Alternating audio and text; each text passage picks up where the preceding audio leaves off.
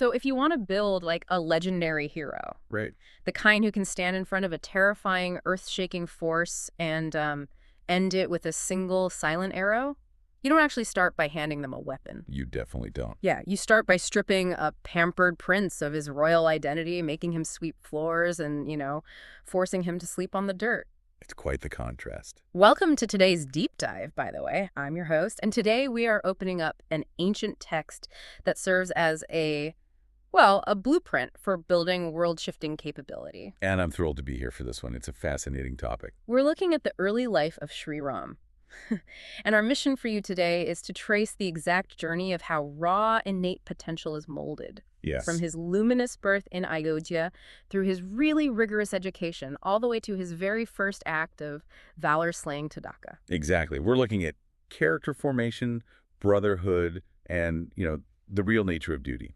Which brings up a question for you listening. Have you ever wondered what exactly goes into the making of a legendary hero? I mean, is it innate destiny? Is it rigorous training? Or the guidance of mentors? Well, it's really an architectural process. When we look at legendary figures, it's so easy to fall into the trap of assuming they just emerged fully formed. Yeah, for sure. We just see the highlight reel. Exactly. We look at the victory and ignore the decades of quiet, agonizing preparation. But this source text, it breaks down the precise methodology of that preparation. It's a blueprint. It really is. It shows us that transforming a sheltered prince into a fully realized protector requires a very specific sequence of events, mentors, and environmental shifts. So let's start with the raw materials, right? The setting and those innate characteristics before any of the actual training even takes place. Good place to start. The narrative opens in the incredibly vivid, illuminated city of Ayodhya. And King Dasharath's palace is just bathed in this festive, extraordinary light to mark the birth of Sri Ram. Alongside his three brothers, of course. Bharat, Lakshman, and Shatrughan. Right. And the text is super clear that Ram's arrival is an event of cosmic significance. I mean, he's described as an incarnation of God.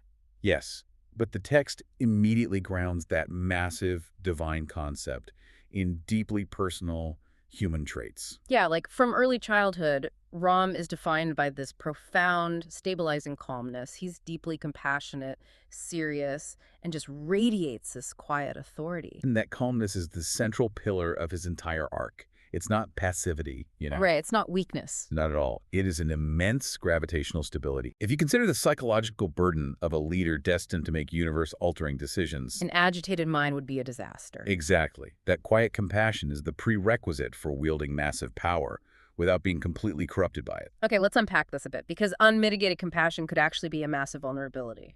Right? Well, if a leader is completely empathetic and calm, they're kind of wide open to being manipulated or destroyed by forces that, don't play by those rules. That's a very valid point. And I think that's exactly why the text immediately highlights Lakshman. His disposition is extremely brave, radiant, and he has this intense, immediate loyalty. He literally cannot bear to be apart from Ram for even a moment. Right. And at first, I thought, okay, that's just sweet brotherly affection. But looking deeper, it's like a steady anchor and a fiery engine. I like that analogy. Yeah, two contrasting but completely complementary forces. So why do the sources specifically highlight Lakshman's absolute inability to be away from Ram? What does that tell us about their dynamic? What's fascinating here is that this isn't just about family dynamics. It establishes an emotional core. Okay. Ram's calm compassion absolutely requires Lakshman's fiercely protective bravery.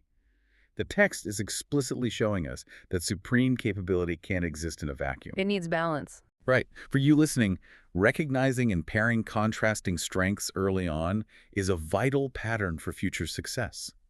You identify your dominant trait, and you intentionally pair yourself with your functional opposite. Wow. Yeah. But having perfectly balanced potential still presents a risk, doesn't it? Yeah. Even divine incarnations and brave princes don't just wake up ready for battle. They definitely do not. They have to go to school. And this is where the narrative shifts from raw potential to actual capability. The four brothers are sent away to Maharishi Vashista's ashram. Yes, for their formal education. And I have to push back slightly on this whole royalty thing, Yeah. because it's deeply intriguing that these pampered princes are sent away to a sage's ashram. It's a radical change of scenery. It is. It's like taking the heirs to a massive multi-billion-dollar empire and just sending them to a remote Spartan boot camp. It's a deliberate removal of comfort. Right. Dasharath could have hired the greatest tutors in the world, brought them to the palace, but instead they go through this holistic curriculum at the ashram. They learn the Vedas and Shastras. The spiritual philosophy, yes. Right, but alongside archery and martial arts, Yuddha Kala. So why are physical combat and spiritual texts given equal weight here? Well, if we connect this to the bigger picture, it explains the entire philosophy of holistic education. True power requires discipline. Yeah. And for the listener, this is crucial. Knowing how to fight, the archery, the martial arts, is incredibly dangerous without the wisdom of when and why to fight. Which is what the Vedas and Shastras provide, the moral safety catch. Exactly. The ashram setting strips away their royal privilege. They aren't commanding armies. They are seekers of knowledge. Sweeping floors. Yes, earning their keep. It ensures their foundation is built on merit and wisdom, not just unearned supremacy. Okay, so with their education complete, the boys are ready. They head back to Ayodhya. But the call to action doesn't come from an invading army. No, it doesn't. It comes in a much more subtle, deeply challenging way. Time passes, and Maharishi Vishwamitra arrives at the royal court. A very powerful sage. Right. And here's where it gets really interesting. He asks King Dasharath to give him Ram, just Ram. Well, and Lakshman eventually follows. But he wants Ram to protect his yagna. His sacred ritual. Yeah. So help me analyze this power dynamic. You have a powerful king being asked by a spiritual mentor to yield his newly graduated heir for a dangerous, unknown mission in the forest. This raises an important question about the concept of higher duty. Right, because biologically, a father wants to protect his son. Absolutely. Dasharath's instinct is preservation.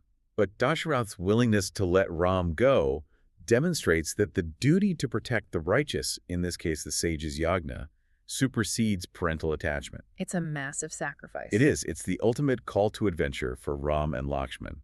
This is the exact moment marking their transition from students of the realm to active protectors of it. So they step out of the safety of Ayodhya. And moving into the wild forest is a massive shift in environment. It's untamed. It's hostile. Very hostile. And before facing the physical threat, they need an edge.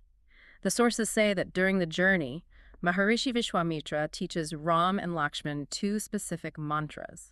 The Bala and Ati Bala mantras. Right. So what does this all mean? I kind of look at it like getting a specialized software update or like a unique high-level power-up right before you enter a boss fight in a video game. That's a fun way to look at it. But why doesn't Vishwamitra just hand them a new weapon, a magical sword or something? Why give them mantras? Because the wilderness requires more than just physical weapons. It requires immense mental and spiritual fortitude. Ah, I see. By passing down these specific mantras, the mentor is equipping the next generation with the internal resilience needed for the harsh realities of the forest. Because the forest itself drains you. Exactly. It's a war of attrition, hunger, thirst, exhaustion.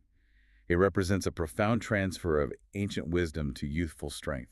It's internal armor. Man, that's so crucial. Okay, so all this preparation, the innate calmness, the intense ashram training, the journey, and these new empowering mantras, it all culminates in a single defining moment. The confrontation. Yes.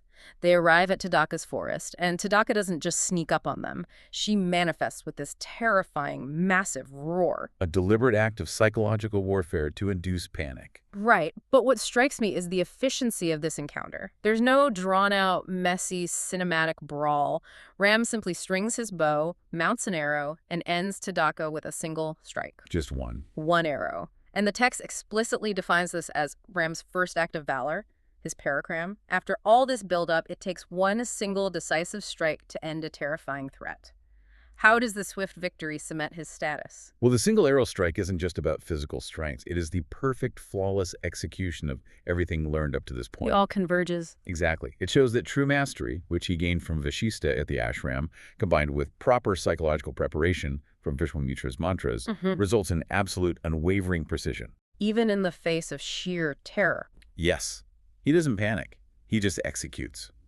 This first act of valor definitively proves to everyone that Ram has graduated from a prince in training to a fully realized protector. Wow, we have traced an incredible arc today for you listening. We saw how innate qualities like Ram's calm compassion and Lakshman's fierce loyalty were beautifully balanced. Yes. We saw how extreme privilege was traded for the strict, holistic education of the dirt floor ashram. Sweeping floors and studying Shastras. Right. And then we watched them answer the call of duty with Vishwamitra. They received that ultimate internal preparation through the Bala and Atibala mantras. The spiritual power-ups, as you said. Yeah. And finally, they execute their mission with a single flawless strike against the monster, Tadaka. It really is a masterclass in preparation meeting opportunity. It totally is. For the listener, it shows us that big victories rarely happen by accident. They are the result of rigorous discipline, listening to wise mentors, and having the right balanced partners by your side. Which leaves me with a final lingering question for you to ponder long after this deep dive ends. We see Ram defeating external threats like Tadaka with a single, devastatingly precise arrow after intense preparation. Right. But when you're armed with immense knowledge, holistic training, and secret powers like the Bala and Atibala mantras, is the true test of valor the monsters you can slay? Or is it the immense restraint you must learn to practice when you possess the power to destroy with just one strike?